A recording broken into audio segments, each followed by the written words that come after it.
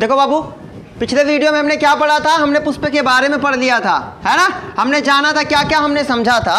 तो पिछले वीडियो में हमने जाना था पुष्प के भाग के बारे में कि पुष्प के कौन कौन से भाग होते हैं, पुष्प के प्रकार।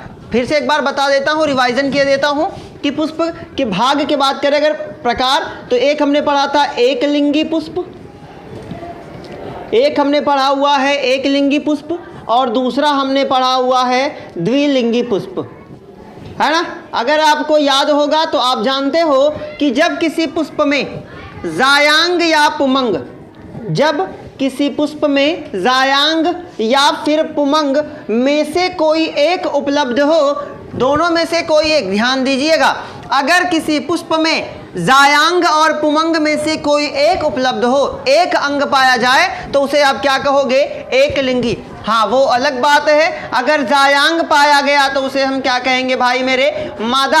अगर पुमंग पाया गया तो उसे हम क्या कहेंगे, नर। आप अपने आसपास अलग अलग फूल देख सकते हैं, उसमें ये सारी चीज़ें आप कर सकते हैं, इसका प्रैक्टिकल आप कर सकते हैं। जबकि दूसरे की बात की जाए तो जब किसी पुष्प में जायांग और पुमंग दोनों, यानी कि नर अंग और मादा, नर जनन अंग मादा जनन अंग दोनों पाए जाएं, तो उसे हम क्या कहेंगे, द्विलिंगी कहेंगे। इतना हमने समझ लिया, हमने पुष्प के भाग समझ लिया, उनके कार्य समझ लिया।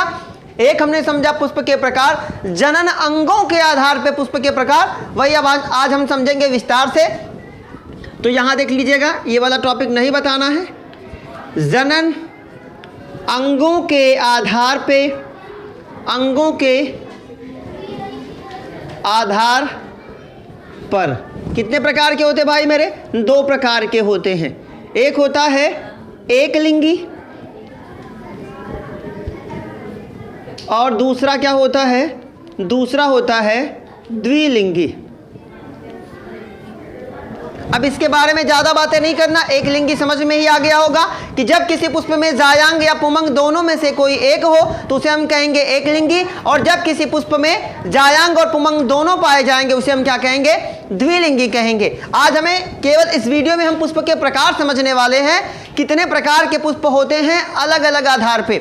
जैसे अभी का टॉपिक जो है ये जनन अंगों के आधार पे, जो जनन अंग पाए जाएंगे, अगर उसमें दो जनन अंग, मतलब अगर नर भाग या मादा भाग दोनों में से कोई एक पाया जाएगा तो उसे आप एक लिंगी कहोगे, और दोनों एक ही पुष्प में पाया जाए उसे आप क्या कहोगे, द्विलिंगी। अगला टॉपिक हमारा है दूसरा, पुष्प के प्रकार में ही हम समझ रहे हैं सममिति के आधार पे। सममिति क्या होता है, अगर आपको याद होगा सममिति, है ना। सममिति मतलब होता है सम माने समान, मिति माने खंडों में। जब कोई पुष्प या सममिति, पहले इसका मेन समझ दो, किसी भी चीज़ को या कोई भी फूल हो उसको अब क्या करो, दो समान भागों में अगर बांट पाना संभव है, उसके आधार पे पुष्प को कितने भागों में बांटा गया, तीन भागों में बांटा गया, त्रिज्य सममिति, एक व्यास सममिति और सममिति। वही हमें समझना है, तीनों टॉपिक ध्यान से समझेंगे। पुष्प कितने प्रकार के, पहला हमने समझ लिया जनन के आधार पे एक लिंगी और द्विलिंगी। सममिति शरीर के बंटवारे के आधार पे या पुष्प के भाग के बंटवारे के आधार पे पुष्प कितने प्रकार के होते हैं, तीन प्रकार के होते हैं। पहला हमारा होता है बेटा त्रिज्य सममिति। त्रिज्य सममिति क्या होता है ना, नाम से समझिएगा, त्रिज्य सममिति। जैसे सामान्य तौर पर मान लो कोई फूल ये है, ये एक फूल ले लीजिएगा,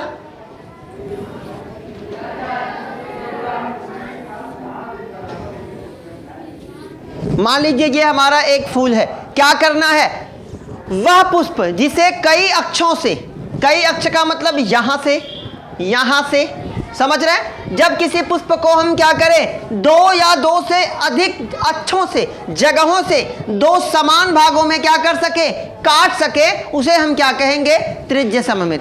ध्यान से समझिएगा, जब किसी पुष्प को क्या करें, जब किसी पुष्प को दो या दो से अधिक अक्षों से क्या कर सके, अक्षों से समान भागों में विभाजित कर सके, समान भागों में क्या कर सके भाई मेरे, विभाजित कर सके, विभाजित कर सके। यानी कि ऐसा पुष्प जिसे आप क्या करो, दो या दो से अधिक अच्छे, मतलब 2-3 जगहों से आप उसे क्या कर सको। मतलब देखो, आप यहां से देखो, आपने यहां से काटा, 2 भाग इधर आ गए, है ना, 2 से जो पेटल्स इसके पास इधर आ गए, 2 दलपुंज इसके पास इधर आ गए, 2 इधर हो गए, है ना। अब यहां से एक अक्ष से काटा, इधर से भी 2 भागों में मार दिया, तुमने इधर से काटा, फिर इधर से भी 2 भागों में मार दिया। मतलब वह पुष्प जिसे आप क्या कर सको, 2 या 2 से अधिक अक्षों से 2 बराबर भागों में क्या कर सको, डिवाइड कर सको, उसे आप क्या कहोगे, त्रिज्य सममित कहोगे, है ना। समझ में आया नहीं? अगर फॉर एग्जाम्पल अगर आप समझना चाहो तो इसका एग्जाम्पल आप लिख लीजिएगा, सरसों।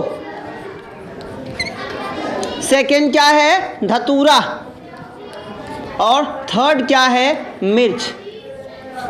समझिएगा, आप देख सकते हैं इनके फूल, आप अपने घर पे इसका प्रैक्टिकल कर सकते हैं कि जिनके दल को या ऐसा पुष्प जिसे 2 या 2 से अधिक अक्षों से 2 समान भागों में बांटा जाना संभव है, पॉसिबल है, उसे हम कहेंगे त्रिज्य सममित। एग्जाम्पल की बात करें तो सरसों, धतूरा और मिर्च।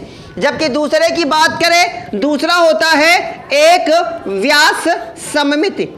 नाम से ही कॉन्सेप्ट क्लियर हो जाना चाहिए।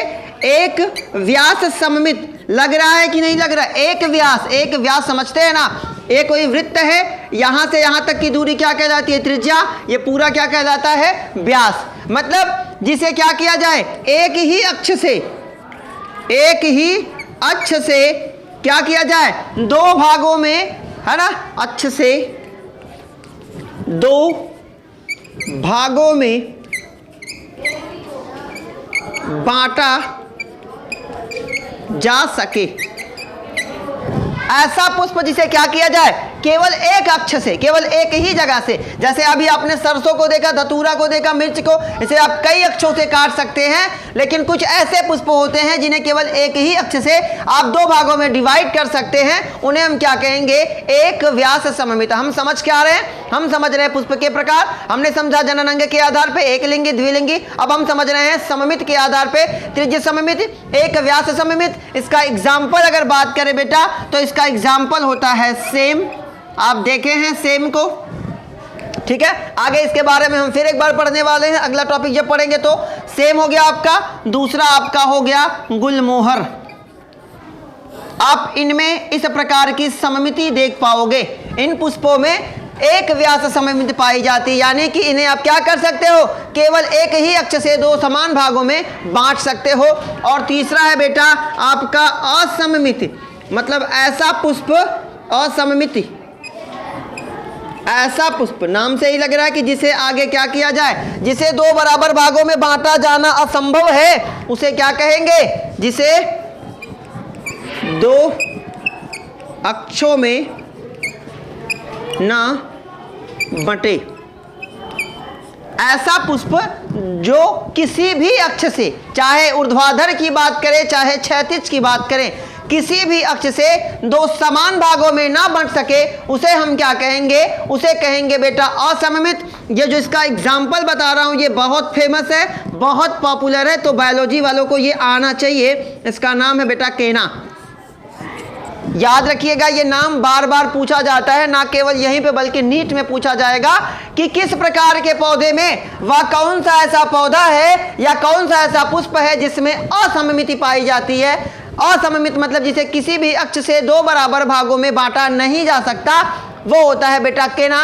इसकी पॉसिबिलिटी क्या है, कैसे होता है, तो ये पुष्प कुछ ऐसे होते हैं जिन्हें ना तो इनके जो बाह्य दल होते हैं, इनके जो दल होते हैं वो एक दूसरे में पूरी तरीके से उलझे होते हैं, तो ना तो इन्हें आप ऊर्ध्वाधर ना तो क्षैतिज, किसी भी तरीके से आप इन्हें 2 भागों में डिवाइड नहीं कर सकते। आप 2 भागों में बांट सकते हो, लेकिन सममित का मतलब होता है समान भागों में बांटना। तो दल की संख्या किसी में ज़्यादा हो सकती है, किसी में कम हो सकती है। तो ऐसे पुष्पों को हम क्या कहते हैं बेटा, ऐसे पुष्पों को हम कहते हैं असममित। 2 प्रकार हमने समझा, जनन के आधार पर, दूसरा सममित के आधार पर। नोट डाउन करो, अगला टॉपिक समझते हैं। एक टॉपिक बेटा नोट करके लिख लीजिएगा, ये इंपॉर्टेंट टॉपिक है, शायद आपको बताया गया हो कभी। नोट में क्या लिखेंगे, ध्यान से देखिए। एक होता है, हमने पढ़ा था पुष्प के भाग में, एक भाग पढ़ा था बेटा बाह्य दल, है ना। एक होता है बाह्य दल और दूसरा होता है एक होता है बाह्य दल पुंज और एक होता है दल पुंज। ध्यान से देखिएगा टॉपिक को, ठीक है, ये बहुत इंपॉर्टेंट है तो छोटा सा टॉपिक, लेकिन ये हमें कभी कभी कंफ्यूज कर देता है। क्यों करता है? बाह्य दल पुंज, एक वाक्य मिला आपको पुंज। अगर आपने कक्षा 7 या पिछली कक्षाओं में अगर आपने पुंज पढ़ा होगा तो आपने वहां पे पढ़ा होगा प्रकाश, अगर पढ़ा होगा तो प्रकाश किरण पुंज पढ़ा है। जब आप कभी भी कहीं टार्च जलाते हो तो ये प्रकाश जो होता है जिस दीवार पे पड़ता है वहां पे एक ऐसा गोल सा बनता है कि नहीं बनता, यहाँ पे सर्कल, यहाँ पे ऐसा बनता है। जब आप टार्च जलाते हैं तो उसे क्या कहते हैं? पुंज कहते हैं। ठीक वही वाला कॉन्सेप्ट लगाइए, बाह्य दल पुंज। जब सभी दल पुंज, जब सभी क्या है, जब सभी बाह्य दल एक साथ रहते हैं तो उन्हें हम क्या कहते हैं? बाह्य दल पुंज कहते हैं। उसे अलग अलग कहोगे तो उसे आप क्या कहोगे? केवल बाह्य दल कहोगे। कॉन्सेप्ट समझना। जैसे पंखुड़ियां, कई पंखुड़ियां क्या हैं? साथ में हैं, एक जगह लगी हुई है, संयुक्त हैं, तो उसे आप क्या कहोगे? दल पुंज कहोगे। अगर अलग अलग कर दोगे तो उसे तुम क्या कहोगे? दल कहोगे।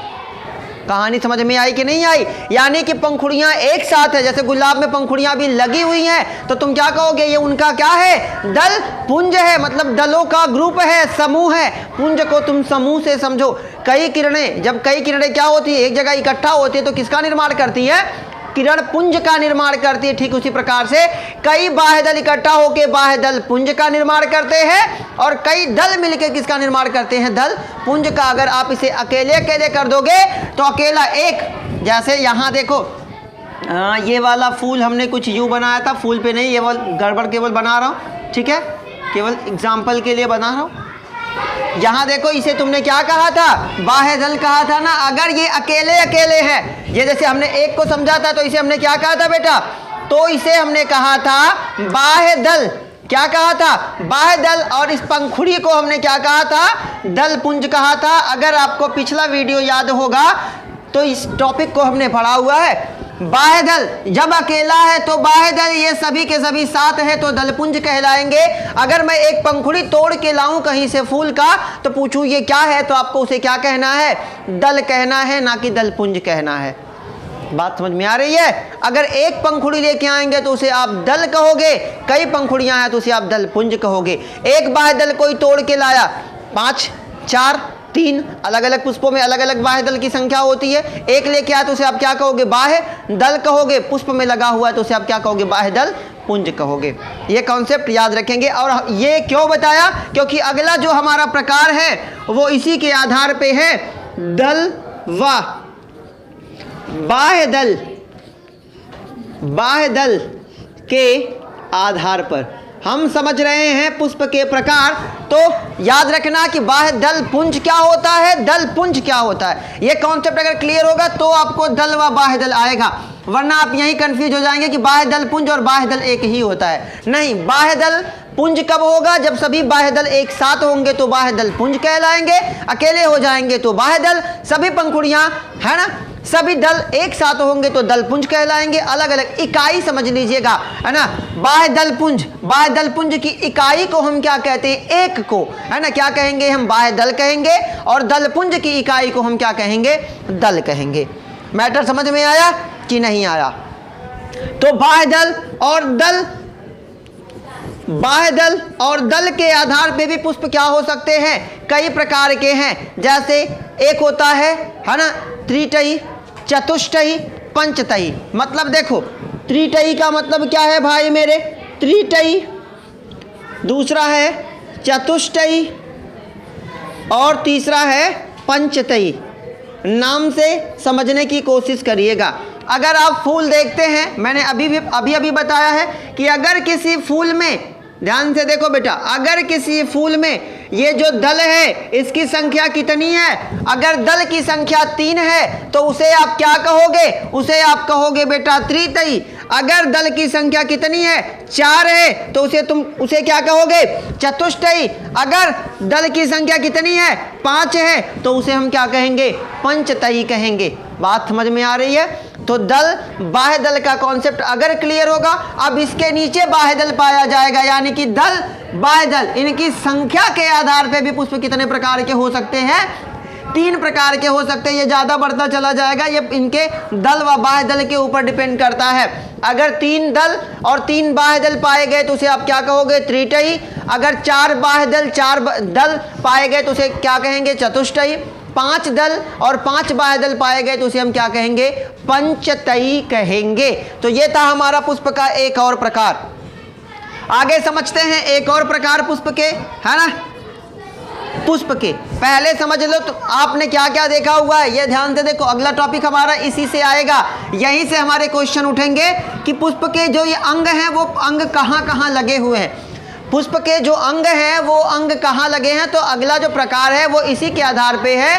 पुष्प के अंगों के आधार पे जो पुष्प होता है वो कितने प्रकार का होता है, अधोजायंगता, परिजायंगता, अधिजायंगता क्या होता है वो हम समझते हैं। इसको नोट डाउन करें, फिर फटाक से मैं उसको समझाता हूं, ठीक है।